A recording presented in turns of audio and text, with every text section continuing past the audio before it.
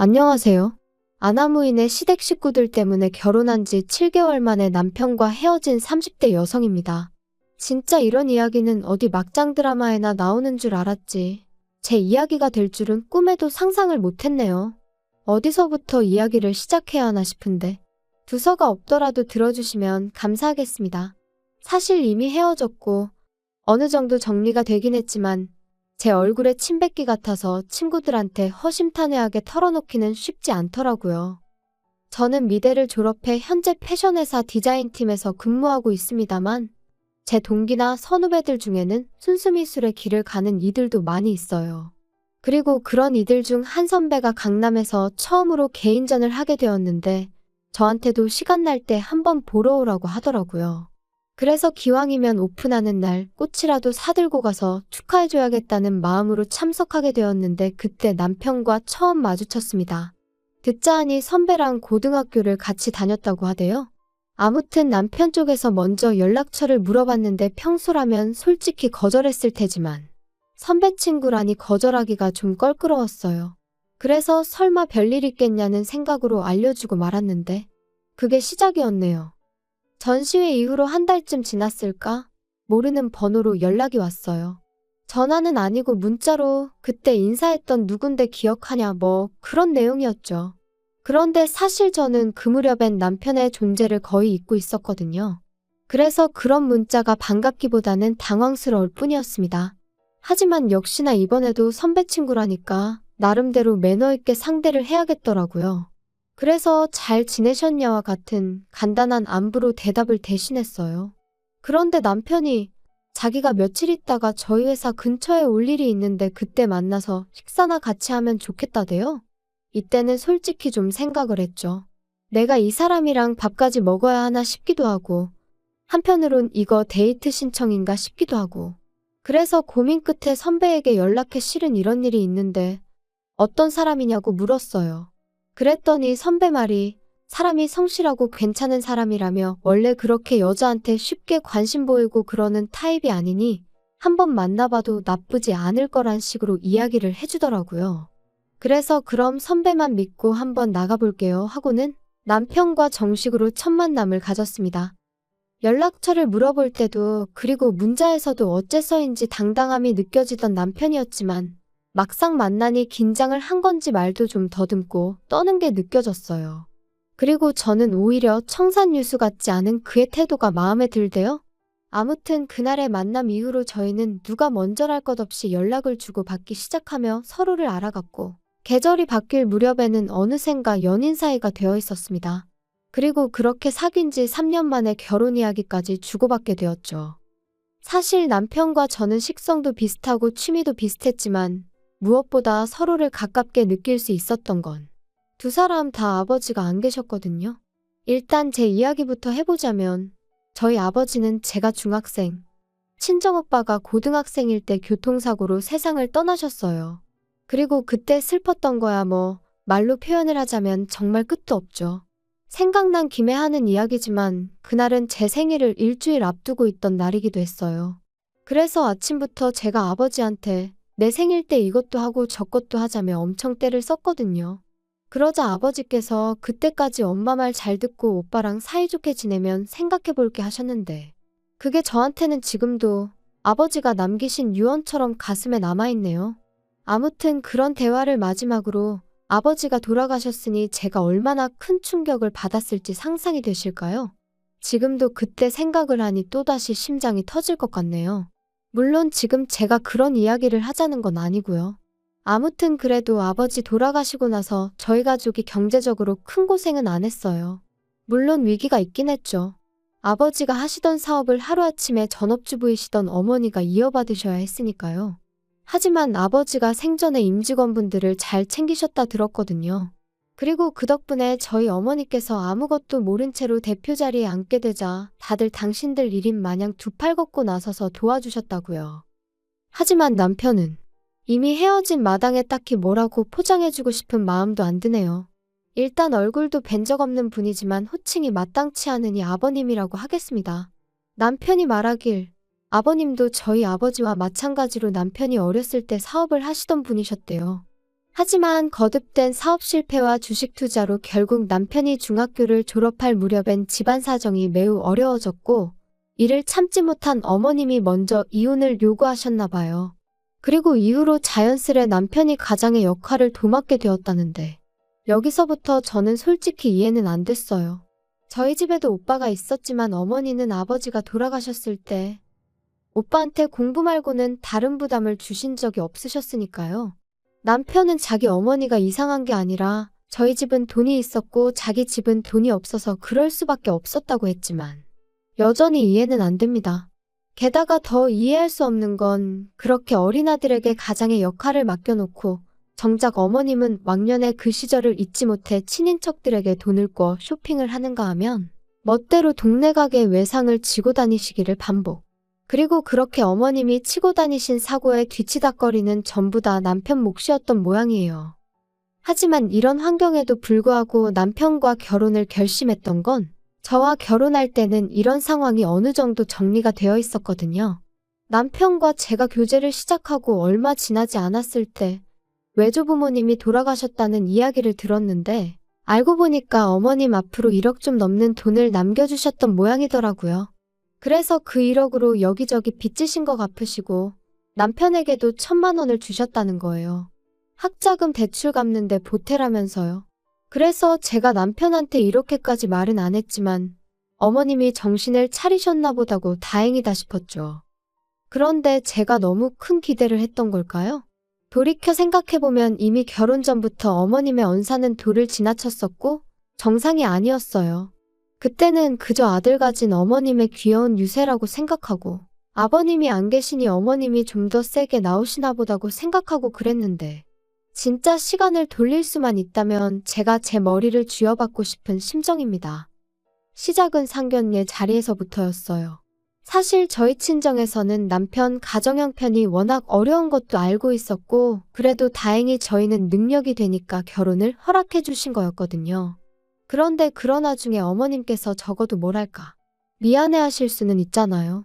아무것도 못해줘서 미안하다, 고맙다 이런 인사치레 정도만 해주셨어도 얼마나 좋았겠냔 말이죠. 하지만 어머님께선 정말 고개 빳빳이 드시고는 나는 나 먹고 사는 것도 힘들어서 해줄 수 있는 게 없다. 시동생도 하고 싶은 게 많다는데 하나 뒷바라지도 못해주고 있으니 어쩌겠냐 하시며 솔직히 어쩜 저렇게 당당하실 수가 있나? 제가 다 민망하더라니까요. 게다가 결혼식장을 정하면서도 어머님의 불만은 끝이 없었습니다. 일단 저희 어머니가 사업을 하시다 보니 결혼식 규모는 제 의사와는 상관없이 어느 정도 크게 올려야만 했어요.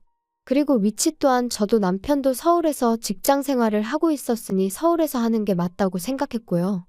그런데 어머님께서는 어머님 형제들이 다 충주에 사시니 결혼식을 충주에서 해야 한다는 억지를 쓰시질 않나, 그렇게 못할 것 같으면 버스를 대절해 달라질 않나. 들어오는 축의금 또한 당신이 뿌려서 수거하는 돈인 만큼 하나도 손 떼면 안 된다고 하시질 않나. 결혼식 당일날 보니 어머님 보고 온 하객은 30명도 안 되는 눈치였는데 말이에요. 그리고 결국 이때 저희 어머니께서 도저히 이 결혼은 못 시키겠다 하셨습니다. 그리고 저도 저희 어머니 뜻대로 하려고 했어요. 제가 이렇게까지 욕을 먹어가며 홀대를 받아가며 어머님 비위를 맞춰드려야 하는 건지 한마디로 현타가 왔었거든요. 그런데 남편이 저한테는 따로 말하지 않고 저희 어머니 회사로 찾아가 어머니 앞에서 무릎을 꿇었던 모양이에요. 자기 어머니가 돈에 한이 맺히신 분이라 그렇다며 장모님이 한 번만 이해해 주시면 안 되겠냐 하면서 그리고는 자기 어머니 때문에 제가 마음고생하는 일은 없도록 자기가 정말 중간에서 똑바로 처신하겠다고요. 게다가 남편은 저희 오빠도 따로 만나서 정말 죄송하다고 자기가 잘하겠다고 연신 허리를 숙여댔다니. 그래서 결국 저희 가족들이 그래도 남편 하나는 제정신이구나 생각하고 마음을 겨우 돌렸던 거죠. 저도 그런 남편의 정성에 한 번 더 믿어보기로 했던 거고요. 이후로 결국 저희는 서울에서 식을 올렸습니다. 버스는 대절해드렸지만 축의금은 식대정산하고 남은 것만 돌려드렸어요. 그랬더니 어머님이 당신 돈을 저희가 멋대로 썼다며 내용 증명을 보내시겠다는 억지를 쓰셨는데 이때는 저도 너무 짜증이 나서 그러세요 했더니 싸가지가 있네 없네. 그리고는 저더러 찾아오지도 마라. 연락도 하지 마라 꼴도 배기 싫다 하셔서 뇌하고 말았죠. 한편 친정 어머니께서는 제 앞으로 덜컥 7억짜리 집 한 채를 증여해 주셨습니다. 보아하니 남자 쪽에선 정말 아무것도 안 해오게 생겼고 원래는 입버릇처럼 네 능력으로 시집가라 하셨지만 솔직히 저도 사회생활한 지 10년도 안 됐던 데다가 모아놓은 돈이라곤 9천만 원이 전부였거든요. 그러니 어머니가 보시기에도 답이 없다 싶으셨는지 집을 해주신 거예요. 참고로 오빠 장가갈 때보다 더 비싼 집을 해주셨어요. 오빠는 나중에 사업체도 물려줄 거니까 그때 가서 너무 서운해하지 말라면서요. 참고로 이런 대화는 진지하고 심각한 분위기로 오간 것은 결코 아닙니다. 저는 처음부터 어머니 사업에는 관심이 없기도 했고요. 한편 이후로 그렇게 신혼살림을 꾸려나간 지 2달쯤 됐을 때였습니다. 2달 동안 어머님과 남편은 계속해서 연락을 주고받고 있었지만 저는 안 했어요. 하지 말라셨으니까요.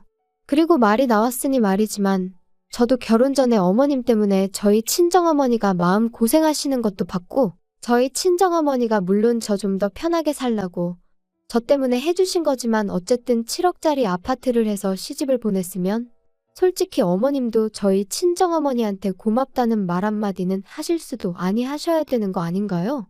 그런데 이런 방구도 없으셨으니 저라고 뭘 더 잘하고 싶은 욕심은 요만큼도 안 생기더라고요.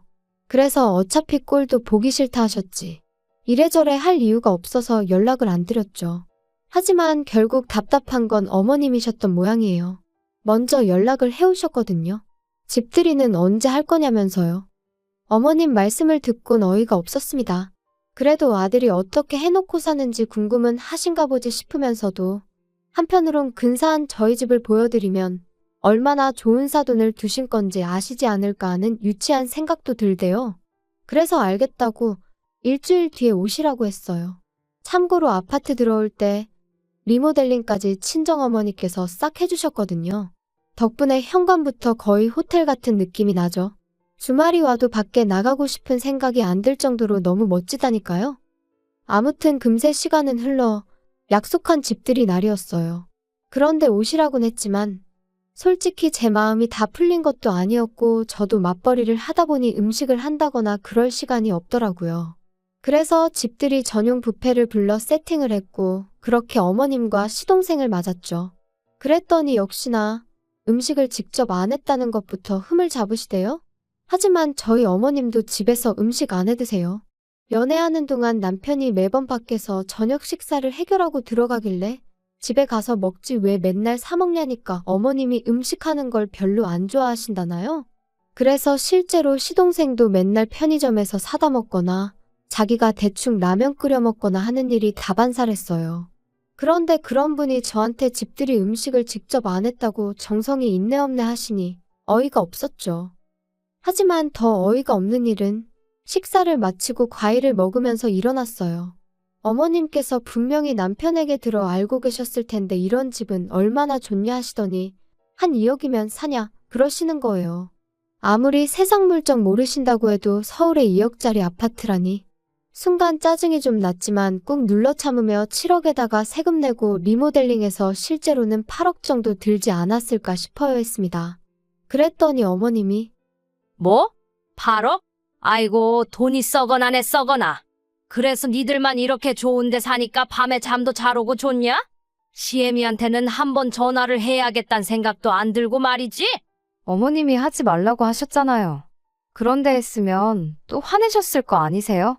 그러자 잠깐 정막이 흐르고 어머님은 갑자기 나오지도 않는 눈물을 쥐어짜내며 끄끄거리는 소리와 함께 아들 둘 사람 구실하게 키워놓으면 나도 좀 사람답게 사는 날이 올려나 싶었는데 장남이 돼서는 혼자 살겠다고 이렇게 나가서 지만 번 듯한 집에 산다고 참 서글프다.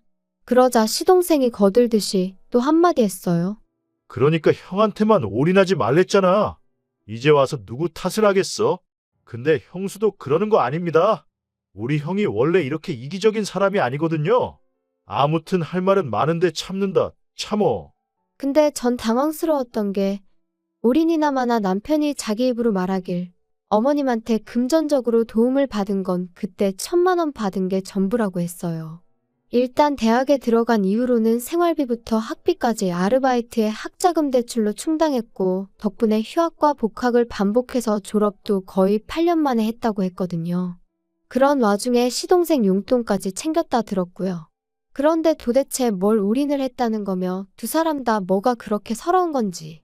하지만 남편이 보인 반응은 제 예상과는 전혀 달랐어요. 남편이 기껏 한다는 소리가 미안하다였으니까요. 자기가 정말 미안하다면서 방법을 찾아보겠다고요. 그리고는 조금만 참아달라고 그러는데 무슨 방법을 어디서 찾을 거며 뭘 조금만 참으라는 건지 내가 지금 꿈을 꾸나 싶을 정도로 옆에서 남편과 어머님이 나누는 대화가 현실감이 없더라고요. 그리고 그렇게 얼떨떨하게 어머님과 시동생을 보내고 뒷정리를 하는데 남편이 저더러 얘기 좀 하자더니 자기도 실은 근래 두세 달이 편하고 좋기만 했던 것은 아니랍니다. 자기만 이렇게 넓은 집에서 편하게 살아도 되나 죄책감이 들어서 괴로운 날들이 많았다나요? 어이가 없어서 그래서 나더러 어쩌라는 거냐고 물었어요. 그랬더니 그래서 자기가 생각을 해봤는데 어머님하고 시동생하고 여기서 지내게 하면 안 되겠냐는 거예요. 그래서 제가 지금 뭐 합가라도 하자는 거냐 나더러 어머님을 모시고 살라는 거냐니까 그건 아니랍니다. 그렇게 살면 서로 불편해서 어떻게 지내냐고 그게 아니고 그냥 이 집 자체를 그대로 어머님하고 시동생한테 내주자는 거라나요? 그리고 우리는 저희 어머니 회사에서 나오는 사택이 있지 않냐며 거기 가서 살자고요. 어이가 없어서 남편더러 지금 그걸 말이라고 하는 거냐 했어요. 내가 왜 우리 엄마가 사준 이 집을 어머님한테 내드려야 되냐고요. 그랬더니 한다는 소리가 어머님이 사시면 얼마나 사시겠냐면서 어머님이 아버님이랑 이혼하시고 마음고생 정말 많이 하셨다고 외조부모님이 주고 가신 얼마 안 되는 돈도 주변 사람들한테 다 뺏기고 빌려 쓴 걸 갚아놓고 뺏겼다고 생각하더라고요. 어머님이야 워낙에 돈의 개념이 없으시니 그렇게 표현하셨다 치더라도 남편마저 속으로 그런 생각이었던 걸 알고 나니 소름이 쫙 끼치는 게 아무튼 거기서 끝이 아니었어요. 자기는 어머님이랑 시동생 없이 이렇게 좋은 집에 사는 거 그렇게 편치만은 않다면서 제가 양보를 못하겠다 하면 어쩌겠냐면서 당분간 떨어져 지내잡니다. 우리가 부부긴 하지만 그래도 제가 스스로 돌아보고 생각할 시간을 주겠다면서 말이에요. 그리고 딱 보니까 그렇게 말하면 제가 넙죽 미안하다고 할 줄 알았는지 남편 나름대로 초강수를 던진 거더라고요. 기도 안 차서 제가 웃었어요. 그리고는 그러라고 그럼 오늘 당장 짐 싸서 원래 살던 집에 가서 지내라 했지요.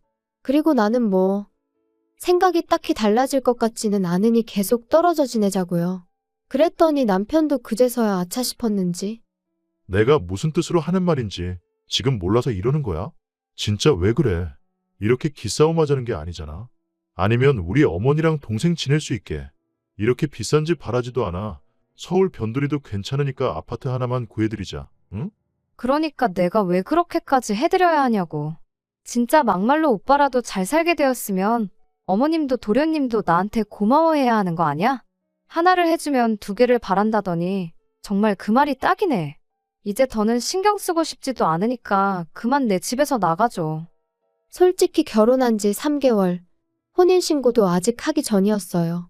안 하려고 안 한 게 아니라 남편이 그래도 어머님하고 제 사이가 어느 정도 풀어지고 그리고 나서 혼인신고 하러 갑니다 하고 인사는 드리고 했으면 좋겠다 해서 안 한 건데 생각해보면 그나마 남편이 저에게 좋은 일 하나 해준 거네요.